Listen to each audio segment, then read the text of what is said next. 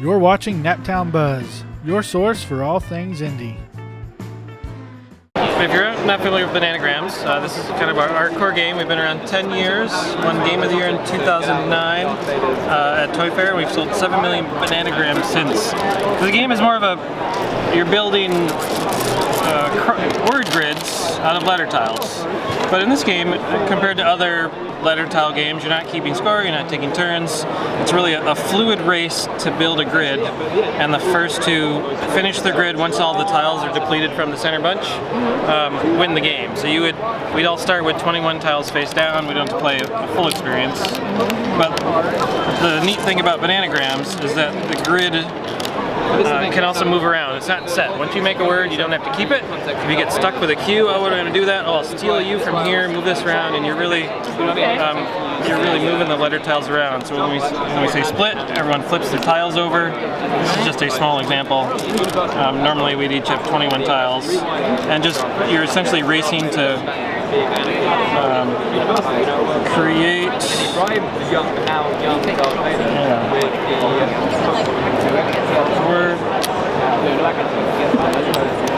Pretend you have some other vowels and letters. Okay. So we just build it like this? Yep. Okay. And then if you finish yours first, then we'd start peeling off tiles from the center. Okay. Let's see. Corn.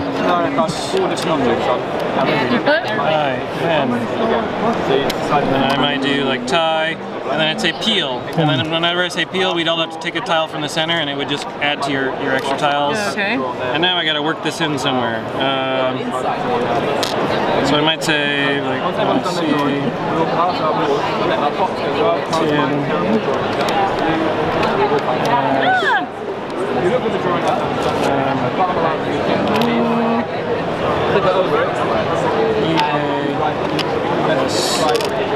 E, then I'd say peel, and then we don't get stuck with another tile. Okay. And then, so that's pretty much how it goes until you run out of tiles. Okay. If at any point you get stuck with something, you can always dump. I'm going to dump 1 and take 3 in return.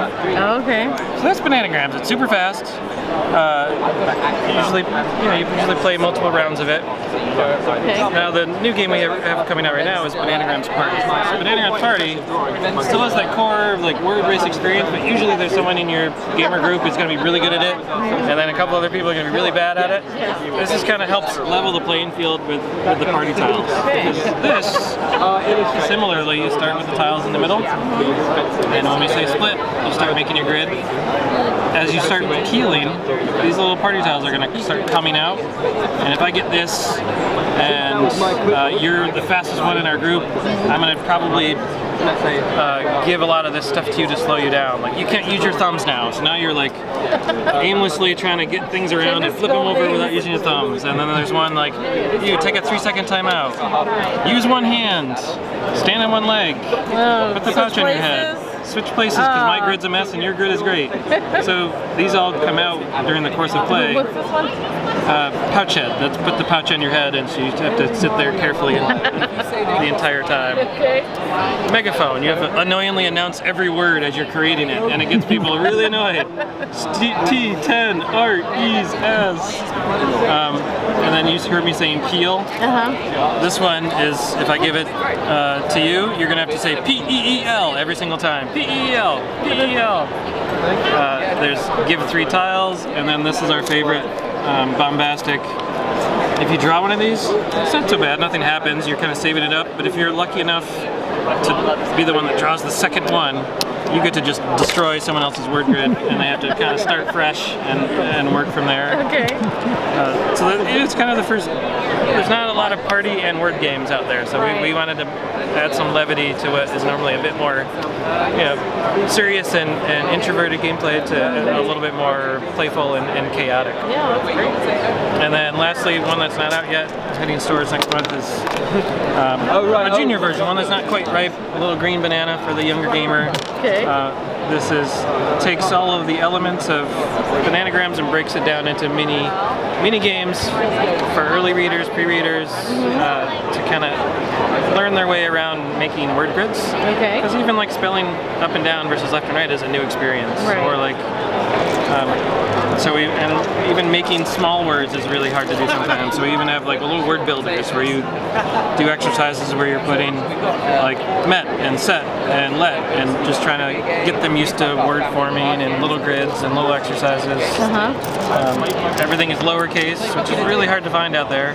In toy and game, you just don't ever see it. And we found out why, because it's really hard, because there's pieces that go up, pieces that go down, things that look weird upside down, so we had to add baselines. Okay. D versus P versus Q versus like B.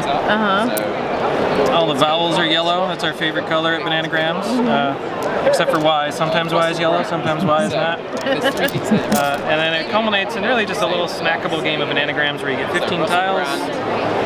Instead of dumping, if a kid gets a tricky letter, we're just called swapping. They can just swap any letter for any letter, because really the goal is just make a little word grid, and kind of ramp up a little bit to be able to play other letter tile word games. That's fantastic. Either that comes out next month? It'll start at Barnes & Noble in September, and it's available now for. So yeah, that's sort of a rundown of our Bananagram SKUs. And then we have a little travel game, which is a 2-player experience called Zip It. And in Zip It, you have letter cubes. There's 144 letter tiles. There's 144 letter faces on 24 cubes. You take 12, I take 12. When we say zip, it's a really quick, like 1-minute race to make a 12-letter word grid. And again, it's super fast, so you play in multiple rounds and you keep track on these little zipper scoring track. Oh, that's cool. So it's for Bananagram type play fans, but a bit more compact, play it on a tiny little surface, travel surfaces, lap tables, and whatnot. And that's it. Awesome. Well, thanks for thanks for stopping by. Naptown Buzz is brought to you by our supporters at Patreon. Well, that's all we have for this episode of Naptown Buzz. Get a hold of us, naptownbuzz@gmail.com, at Naptown Buzz on Twitter. You can get a hold of us on Facebook. Call the Buzz line, leave a message, 317-891-4627, or send us some snail mail, Surge Bucket Media, P.O. Box 39178, Indianapolis, Indiana 46239. We look forward to hearing from you.